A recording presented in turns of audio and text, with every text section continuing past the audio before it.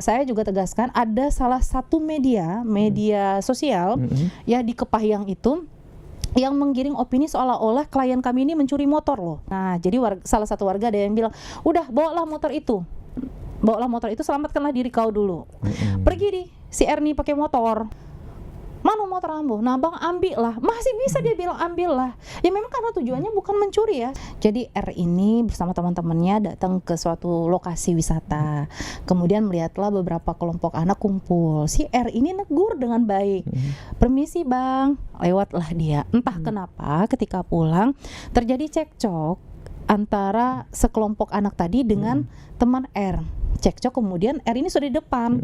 Temannya teriak, "Tolong aku." Nah, R ini dan beberapa temannya mundur lagi ke belakang, "Ayo kita tolong." Nah, sudah ada terjadi pemukulan di situ di lokasi TKP pertama. Kemudian warga melerai. Ya, warga melerai. Ini saya juga tegaskan ada salah satu media sosial ya di Kepahyang itu yang menggiring opini seolah-olah klien kami ini mencuri motor loh. Padahal enggak. Ini saya luruskan nih bang. Terima kasih kepada Tribun ya. Kami diberikan kesempatan nih. Jadi ketika itu R ini kan dilerai kemudian diselamatkan oleh warga. Nah, setelah diselamatkan oleh warga, R ini mau pulang tapi teman-temannya udah nggak ada lagi. Dia udah ditinggal nih. Nah, jadi salah satu warga ada yang bilang, "Udah, bawalah motor itu. Bawalah motor itu, selamatkanlah diri kau dulu." Pergi di si Erni pakai motor, pergi. Kemudian di jalan di TKP kedua itu motornya mati, udah dalam posisi mati loh. Disusul lah sama 3 orang pelaku. Ya, anak D, anak F, ya. Kemudian pelaku utama Bio B, kemudian anak D, Dimas, yang diberi sanksi bersihkan masjid itu. Dimas terakhir nih, satu motor itu dibonceng 3 orang dulu. Nah, di situ ketika berpapasan, si pelaku utama ini udah langsung membacok klien kami. Bacok, ya ini memang agak, kita bacanya jadi bacok di bagian punggung. R itu sudah tidak merasakan apa-apa lagi bang.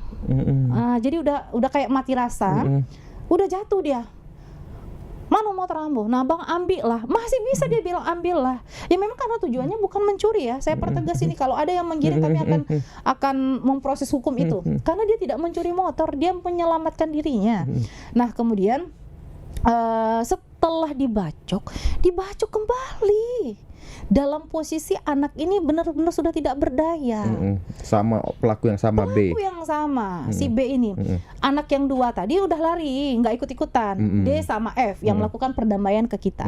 Ya, kenapa kita terima perdamaian 2 orang anak ini? Karena sejak awal orang tuanya dan anak ini memang memperhatikan kondisi R, kooperatif banget, dan memang membawa ini seolah-olah memang ini keluarganya ya. Jadi ikut prihatin.